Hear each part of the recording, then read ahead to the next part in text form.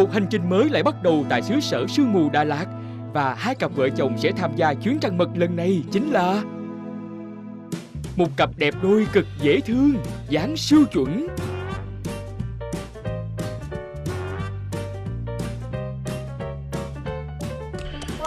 Còn cặp đôi siêu lầy lội này chính là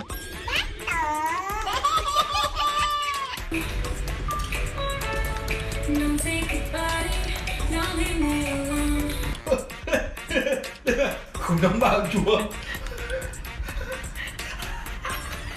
Để biết họ là ai, chúng ta cùng đến sân bay Liên Khương Đà Lạt nào. Họ đây rồi.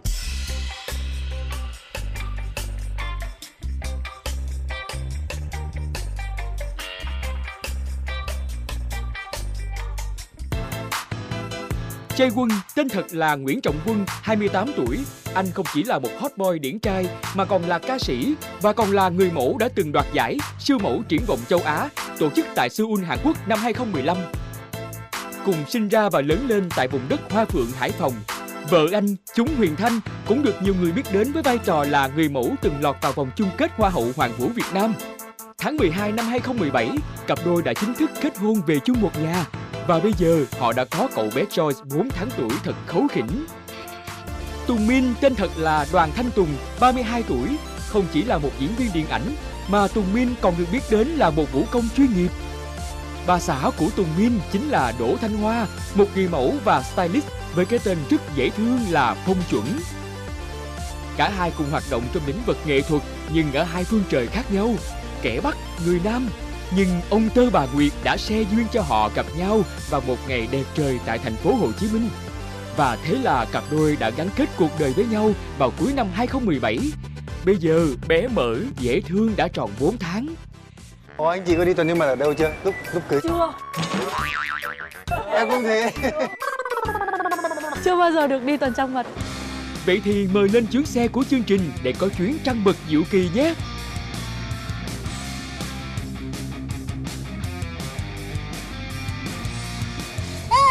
Xin chào. Xin chào. Xin chào mọi người. Hôm nay chị bay chuyến nào vậy? Hả? Chị bay chuyến cùng em ấy. Ôi vậy hả? Nhưng mà nãy ngồi cạnh mình hay sao nhỉ? Tự giới thiệu. Mình xin tự giới thiệu mình là Bông. Mình là Thanh nha. Chào Thanh. Chào Bông. Mình là chị Quê. Đây là anh Tùng Min. Hai anh em cũng đã quen nhau từ trước rất là lâu rồi. Những người bạn thân thiết hôm nay sẽ cùng trải qua lịch trình trăng mật 48 giờ như sau. Ngày đầu tiên, trên xe ôn lại kỷ niệm tình yêu trong 30 phút. Sau đó, mỗi người sẽ kể một tật xấu của chồng và vợ. Người bị nói xấu có quyền bào chữa. Hai gia đình ăn trưa dã ngoại tại Happy Hill. Đội chéo thành viên giữa hai cặp vợ chồng. Trải nghiệm đạp vịt tại Hồ Tuyền Lâm. Hai vợ làm bánh tại sân vườn. Hai chồng làm salad. Tiệc tối lãng mạn tại nhà hàng. Đêm trăng mật. Ngày thứ hai, chụp hình lưu niệm, ăn sáng nghỉ ngơi. Đêm trăng mật. Đêm trăng mật mình làm gì nhỉ? Đêm trăng mật mình làm gì nhỉ? Anh bảo này, đây, cái số 3 là gì? Ăn trưa dã ngoại. Đấy, bây giờ mình bỏ hết mấy kia mình làm luôn đấy thôi. Anh phải lao động thì mới có đồ ăn. Đó, bây giờ anh lao động bằng cách mình làm từng mục một này. Đầu tiên là ôn lại chuyện tình yêu. Bọn em gặp nhau như nào vậy các em? Bọn em thì gặp nhau lâu lắm rồi. Lúc ấy thì Thanh mới có 13 tuổi thôi. Thật à? Đó, nên là em sợ đi tù. nên là em để dành cho tới lúc 18. Thanh là một người rất là ngoan ngoãn này, lễ phép này, xinh, tất nhiên là xinh rồi. Nhưng mà cái tuổi lúc đấy còn quá nhỏ, 13 tuổi. Mà lại được mẹ kèm cặp rất là kỹ. Nên là em nghĩ là lúc đấy là chắc là mình chỉ hợp làm em gái mưa thôi.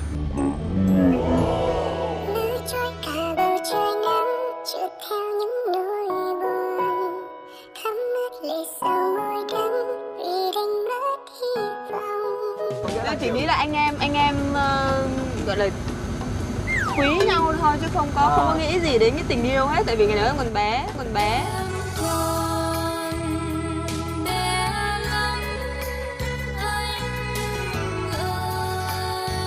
Xong rồi em vào Sài Gòn lập nghiệp năm 21 tuổi. Thì lúc ấy hai anh em xa cách rồi, đâu có gặp nhau nhiều đâu. Xong rồi đến lúc mà thời điểm mà Thanh lớn hơn chút xíu á. Không phải lớn hơn chút xíu mà người ta lớn hẳn rồi. Đến là lúc ấy 16, 17 gì đấy. Hôm nay em đã thành nàng con gái xinh thật xinh. Đôi môi tươi thơm nồng làm anh ngẩn ngơ trong lòng. Em có nhắn tin trước là khi nào về Hải Phòng anh em mình gặp nhau nhé, đi xem phim nhé. Em ok luôn. Nhưng mà lúc đấy là em đã có suy nghĩ là em yêu cô bé chưa? Tìm hiểu thôi. Mình cũng là mới thích mình là mới quý thích mến mà. Nhưng Muốn mà tìm Thanh hiểu. lúc đấy thì vẫn nghĩ là kiểu là anh thôi đúng không? Kiểu là như kiểu tình cảm kiểu anh em bạn bè bình thường. Em nghĩ ông này lừa em. Đến khi mà về Hải Phòng nhắn tin cho em đi gặp em Đấy. sợ em chạy mất dép. Đúng là À thế à? Ngày xưa em rất là ngại với cả rất là sợ khi mà tiếp xúc những cái người con trai mà lớn tuổi. có thể là lớn tuổi hơn em. Không. Phải nói rõ mà Có nghĩa là hơi dư. Dư hơn 5 tuổi còn gì. 7 tuổi á. 7 tuổi à? Trong một cái đợt dịp mà ăn sinh nhật của một người bạn á, thì là đó tụi em mới gặp lại. Từ đó là bắt đầu tụi em mới bắt đầu tìm hiểu nhau, bắt đầu yêu nhau. Chỉ có một tuần để đi chơi. Cái này đó anh về Sài Gòn định bỏ rơi em luôn. Thế là nói thế người ta lại hiểu lầm. Trời ơi, bỏ rơi người ta còn gì nữa, còn để lại một cái lá thư. Ôi trời ơi, có thư nữa hả? Biết gì? Elsa của anh không thể nhớ nổi lần cuối cùng anh động đến giấy bút là khi nào. Nhưng mà với anh điều này thì thật là điên khùng. Tất cả là vì em đấy. Em đặc biệt đến mức có thể khiến anh trở thành chàng trai mới lớn của 10 năm trước. Biết rung động, biết nhớ nhung và biết làm mọi thứ cho em vui và chẳng toan tính gì cả. Nghĩa là em vào Sài Gòn lập nghiệp, còn Thanh lúc đấy còn vẫn ở ngoài Hải Phòng. Tại vì mình thực tế mà, thì em cũng xác định là em vào Sài Gòn thì hai đứa sẽ không yêu nhau được nữa. Thì hai đứa bắt đầu nói chuyện thưa dần ra, tại em giữ cái khoảng cách á. Tại vì em không muốn là sâu đậm hơn, tại vì Cũng ác lắm. Ác lắm chứ không phải vừa đâu. Đúng rồi. Kiểu cái cơ duyên nào đấy mà đưa đẩy tụi em cứ đến gần với nhau là cái ngày đó em đi thi The Face á. Thế xong em mới vào Sài Gòn. anh ở đâu thì đến một ngày lại nhấc điện thoại lên là em vào Sài Gòn rồi, anh đón em đi. Thế là tiên mình cảm thấy cái tình cảm mình lại bùng phát trở lại ấy. Thật ra anh nghĩ nó không phải bùng phát trở lại đâu mà nó đã có sẵn rồi. Đúng rồi, nó có sẵn. Xong bắt đầu nó được đà thêm vào Đúng rồi, thì đúng em rồi. đốt thêm thôi. Đốt thêm là Anh nghĩ là đã có sẵn rồi. Nhưng mà em không phải kiểu người mà yêu xa được đúng không Trey? em rất thực tế, tại vì từ nhỏ em đã tự lập rồi. Em đã trải qua cũng khá là nhiều cuộc tình, Ghê thật. nên là em Không, với một gương mặt như này thôi thì chúng ta hoàn toàn có thể hiểu được điều đó. Còn với anh thì nó sẽ hơi ngược lại chững một chút. Anh lại xạo đi. Anh có bao nhiêu người yêu em không biết ư? Ôi trời ơi. Chứ em nghĩ anh như thế này. Không, nói chung là cũng được cái mặt. Nếu mà ngồi thì nói chung là cũng tán được nhiều gái. Anh không bao giờ anh nghĩ rằng là ở người yêu của mình cao. Không bao giờ người yêu của mình làm Cao trong hơn showbiz hay là mình. người yêu của mình làm trong lĩnh vực nghệ thuật là không có. You mad, bro? Why you mad, bro? I ain't mean to make you sad. You're my bad, bro. So what you mad for? Và vợ anh cũng thế. Anh nghĩ là vợ anh cũng muốn là có một người yêu kiểu cao phải không? Đúng rồi. Cao như Trey Quân vậy đó. sao lại gì mà hàng nhau thế? Nhưng mà thực ra là lúc đầu mới gặp anh Tùng á, là lúc đấy anh Tùng đang ngồi, cho nên là không biết là cao hay là thấp. Chỉ thấy là đẹp trai, đẹp trai quá, thích.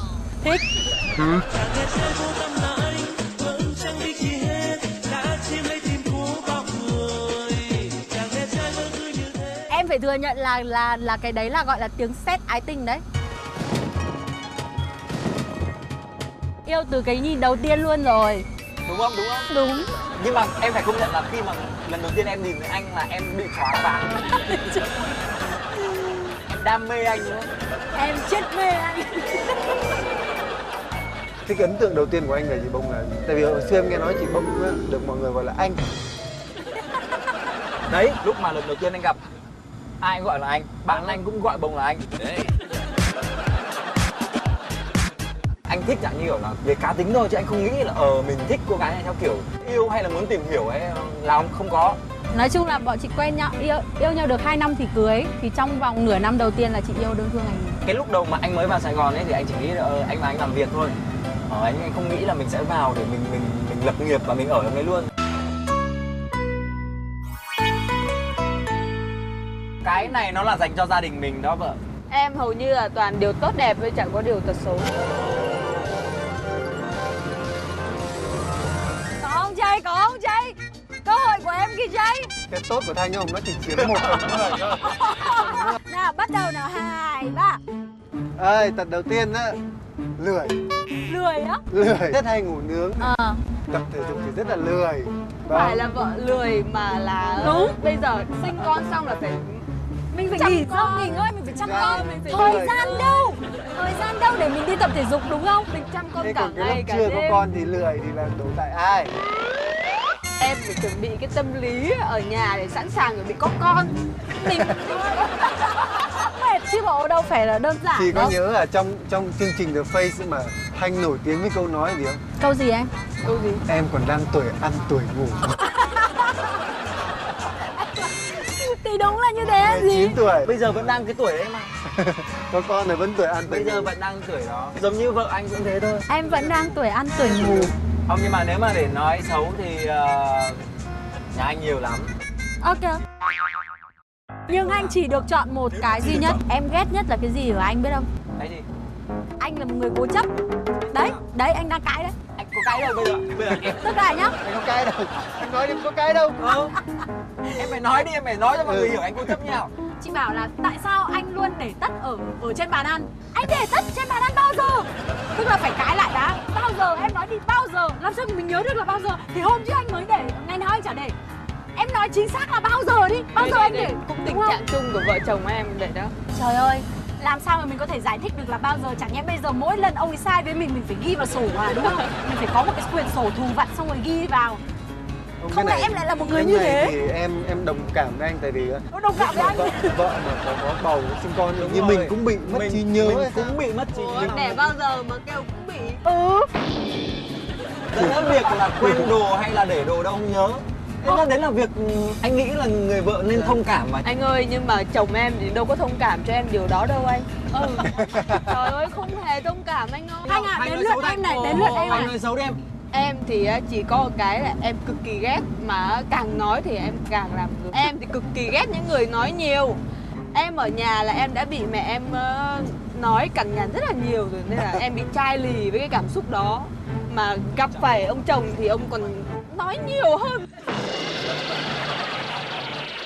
Không, nhưng mà cho em nói thêm tí Thực nữa ra đi. là em là người Em vẫn đang bức xúc lắm. Thế anh nói đi Tin nào. tưởng anh. Tại sao em không tin anh nào? Ví dụ anh có thể kiểm soát được cân nặng của anh, bởi vì anh biết mình tập thể thao, mình biết đúng không? Rồi. Đi ăn không cho anh ăn, anh muốn mua thêm đồ ăn để anh ăn, không cho. Lúc nào anh mua một cái gì để anh ăn mà anh vẫn thấy đói. Thực sự em không muốn nói ra nhưng anh đã ép em phải nói ra. Anh là một người tiêu tiền rất phung phí. Anh nghĩ ăn một nhưng mà Ta chỉ được nói một tật xấu thôi nhá. nhưng mà anh tại anh ép em nói ra đúng không? Anh không Này, ép em. Jay có bao giờ mà đi siêu thị xong rồi mua quá trời đồ nhưng về không ăn không? Có không? Không có đúng không? Anh Cái thấy này, không? thì- Anh là đi Cái này thì gia đình Nhưng mà em lại chưa ngược kịp lại. ăn thì nó hỏng rồi thì thôi. không đúng. Anh không ăn nhưng anh vẫn mua bởi vì nó đẹp. Xong rồi anh về anh không ăn. Anh tức là bị no bụng đói con mắt đi. Anh ấy ăn một đĩa mì thôi nhưng anh ấy phải gọi 2 đĩa. Bởi vì anh cảm thấy một đĩa thì nó cô đơn em ạ.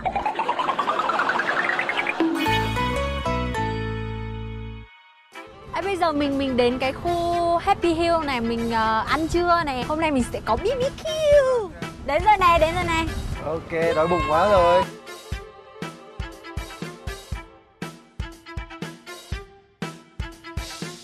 Ơ, sao cái quen quen nhỉ? Chỗ này là chỗ mình chụp hình. Mình ăn lên đây bao giờ đâu? Giống nhỉ? Sao giống nhỉ? Ông đi với ai vậy? Lại Thế tào này, thế này. lao. Sorry. Trưa nay, cả hai cặp đôi của Trăng Mật Diệu Kỳ sẽ thưởng thức bữa ăn trưa tại nơi có khung cảnh hài hòa và gần gũi nhẹ nhàng. Đó chính là phim trường Happy Hill tại Hồ Tuyền Lâm, thành phố Đà Lạt, tỉnh Lâm Đồng. Nhưng để có các món BBQ hấp dẫn thì hai anh chồng đã đích thân trổ tài đứng bếp. Thấy chưa, mình phải cho thêm than mà.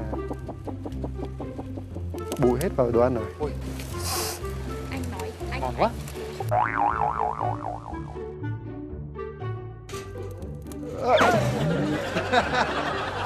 cẩn thận mất ăn nha. Mất ăn rồi. Yeah. Mất cái bắp rồi. May quá, đang định đi mua bánh mì ăn. Không biết do kỹ năng nấu ăn có hạn hay chỉ là trở ngại vì bếp than thôi mà gần 1 tiếng sau bữa ăn trưa mới được bắt đầu. Chúc mừng bữa ăn đầu tiên của ngày hôm nay. Không như mình tưởng tượng, tôm hùm hay là càng cua các kiểu, không vui, cảnh rất là đẹp. Thôi thì khi đói sẽ thấy thức ăn hấp dẫn hơn. Chúc hai gia đình ngon miệng. Và sau bữa trưa ngon lành thì từng cặp đôi sẽ bắt đầu phần trả lời câu hỏi hiểu ý.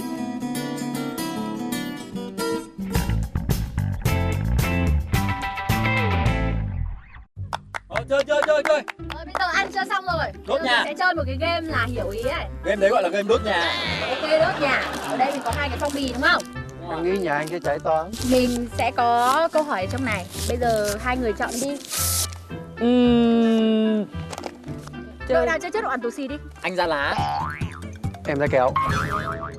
1, 2, 3. Anh nói rồi mà lại anh nói người ta lá. Em không tin anh. Mình trả lời sau. Ủa? Thắng ơi, trả lời trước đó. Để đốt nhà họ trước. Mình đốt nhà. Bẻ giùm vợ cái này đi. Chơi câu hay là ăn đây? Bẻ đi, vợ ăn vẫn chưa no, vợ ăn không no là không có sữa cho con đâu. Câu đầu tiên. Ok. Cuộc hẹn hò đầu tiên của vợ chồng là ngày thứ mấy trong tuần? Nhớ thiết lên. Hiểu anh không vợ ơi? Em hiểu đấy. Hiểu chết liền. Hiểu không? Hiểu nhá. Hiểu ok nhá. Ok nhá. Mình hiểu nhau đúng không? Nào. Mình gặp nhau là thứ đấy nhá. Đúng thứ đấy không đấy? Có đúng rồi. Đúng luôn nhá. Chuẩn nhá. Nào, 1, 2, 3 nào. 1, 2, 3.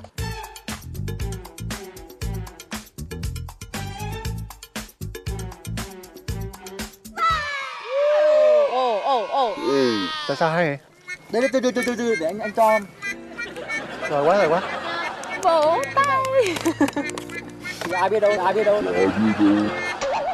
Thì anh cứ nói là thứ đấy thì anh cứ nghĩ là thứ 7 cuối tuần đi chơi. Đó là ngày đầu tiên mà hai anh chị chính thức hẹn hò đúng không? Không phải, ngày đầu tiên gặp nhau là cuối tuần, là thứ 7 thì em tính ngày đó luôn. Em nhớ luôn à? Trời ơi, có cái gì em không nhớ đâu anh ơi. Anh có yêu em đâu mà. Có yêu em đâu. Không, nhưng mà mình hiểu nhau. Ok. Anh đoán mò, ăn may thôi. Nào, câu tiếp theo. Câu thứ 2. Nêu một đặc điểm mà vợ không thích nhất ở chồng trong lần gặp đầu tiên. 1. Viết xong chưa? Chưa. Rồi. 1, 1, 2, 3.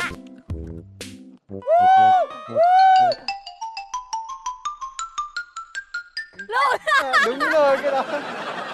Ủa em đâu có nói là Nãy em giờ không trên thích xe anh chị ngủ kêu là đâu. lần đầu tiên gặp thấy ông ấy ngồi đẹp trai và đứng dậy đi. Lúc đầu mới gặp anh Tùng á, là lúc đấy anh Tùng đang ngồi. Cho nên là không biết là cao hay là thấp. Chỉ thấy là đẹp trai, đẹp dai quá. Thích. Lần đầu tiên gặp lúc nào anh cũng ngồi mà. Hai vợ chồng này có vẻ không hiểu nhau rồi. Thôi đừng nói người ta, tí tới mình đi rồi biết hề. Rồi. Tiếp. Điều gì ở vợ thu hút chồng trong lần gặp đầu tiên?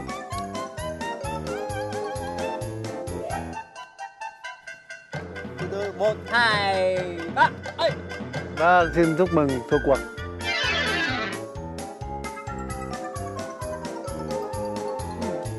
Chân dài. Dài và tóc xoăn. Chân em dài như vậy, anh thích em là đúng rồi còn gì nữa. Này anh ấy nói là anh ấy thích chị tóc xoăn mà. Anh thích cái cá tính của chị đó. Anh bảo là lúc nãy ở trên xe anh đã nói rồi. Đây là cái chương trình trăng mật cuối cùng của cặp đôi này. Từ đây về sau chỉ có trăng rằm thôi. Câu số 4. Chỉ có đến rằm. Lần vợ ghen gần nhất là khi nào? Ghen á. Rồi. Đấy nhá. Nữa hả? Xong. 1, 2, 3. Anh bảo là trước khi cưới 1 tuần. Trước khi cưới 1 tuần á. Qua. Hôm qua mà, hôm qua mới ghen anh xong mà. Cô gái anh hôm qua. Anh nhớ Ghen cái gì?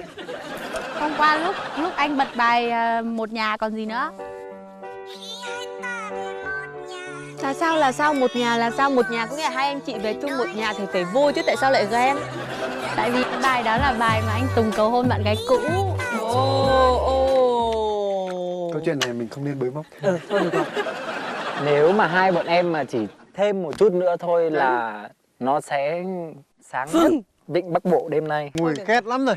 Mà người ta tính ghen cơ mà. Đấy là giận dỗi vu vơ. Thế à? Thế tại sao lại trước khi cưới một tuần em gạ dự Thôi, định gì anh? nói chung là nãy giờ anh chỉ mới được 1 điểm. Và tiếp tục. Em câu thứ 5. Câu này mà sai nữa thì xem lại Tình Vợ Chồng nhé. Em nghĩ chắc chắn là phải xem lại. Anh nghĩ là xem lại từ lúc trên xe.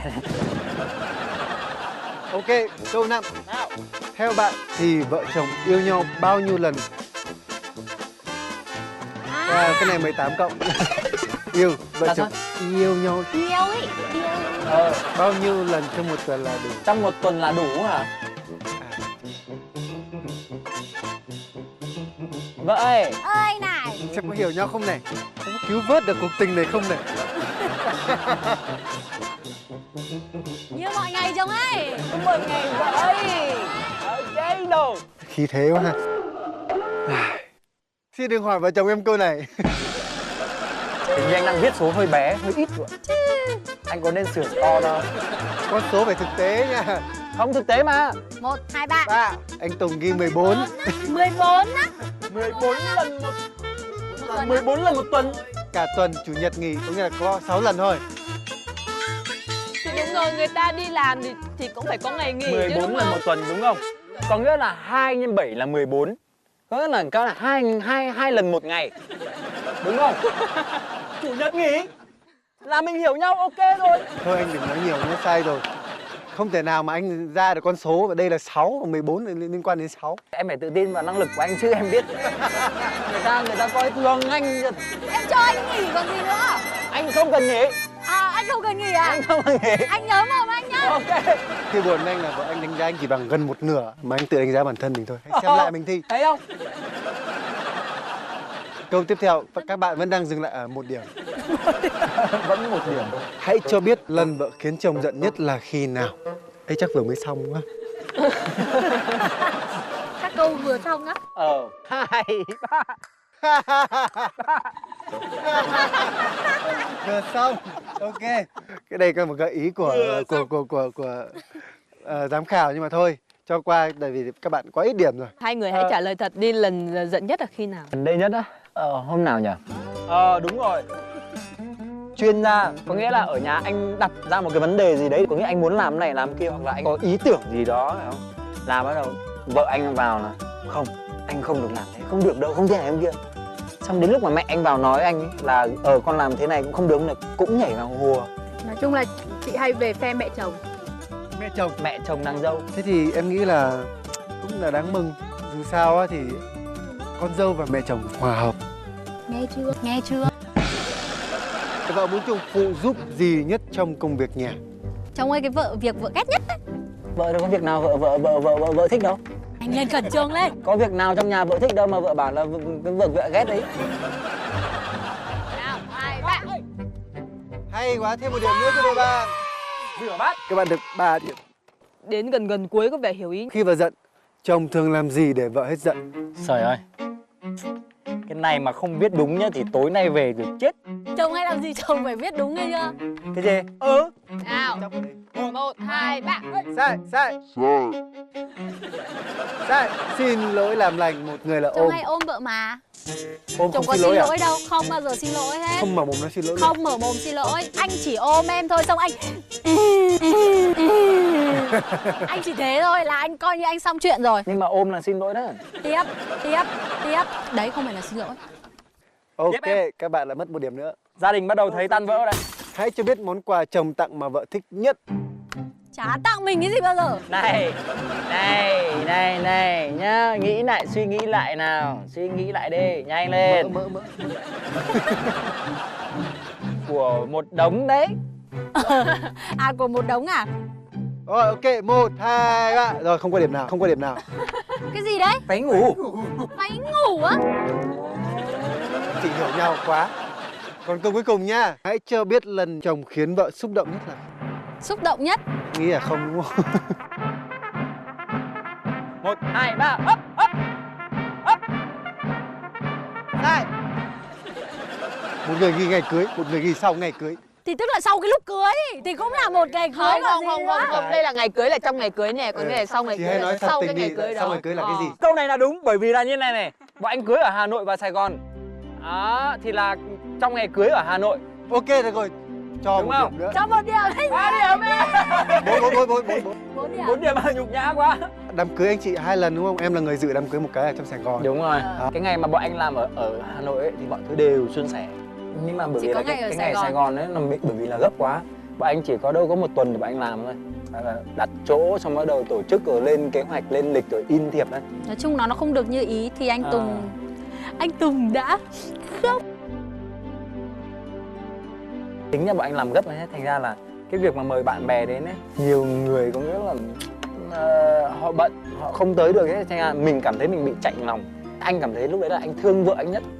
Bởi vì là cả một cái đời người con gái mà chỉ có một ngày đấy thôi mà không có những cái người bạn mà từ trước đến giờ mà làm việc chung hay là thân ấy mà đến để vui cùng ấy, thì là lúc đấy là anh cảm thấy anh thương vợ anh. Đám cưới ở trong Sài Gòn đó. Lúc đấy là cái lúc mà anh buồn nhất.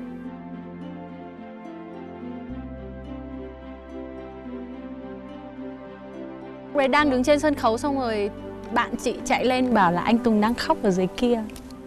Cảm động quá trời. Có vẻ như ông xã Tùng Min rất ít thể hiện tình cảm qua lời nói, nhưng cái tình và sự yêu thương mà anh dành cho vợ chắc cũng không thua kém gì tình cảm từ phía vợ dành cho anh. Tuy vợ chồng Tùng Min và Bông Chuẩn chỉ trả lời đúng 4 câu hỏi hiểu ý, nhưng tình cảm của họ thì đã đạt điểm 10 trong mắt của những người thực hiện trăng mật diệu kỳ rồi. Thật tuyệt vời! Nào đưa câu hỏi đây, đến vợ chồng nhà này. Đến vợ chồng nhà này rồi chồng. Nãy vợ chồng em đâu có đốt nhà chị đâu nha. Rồi. Ít nhất là 5 câu. Ít nhất là 5 câu đúng không? Ít nhất là Nếu 5 câu. không thì sao bây giờ? Nếu không thì sao? Nếu không thì bao chầu ăn trưa. Quá tự tin với độ hiểu ý vợ chồng, nhưng liệu kết quả có như mong đợi? Độ hiểu ý của Trai Quân và chúng Huyền Thanh có nhiều hơn cặp đôi Tùng Min và Bông Chuẩn. Và tiếp theo họ còn trải nghiệm những điều thú vị gì tại Đà Lạt? Tất cả sẽ có trong tập sau. Mời quý khán giả cùng đón xem.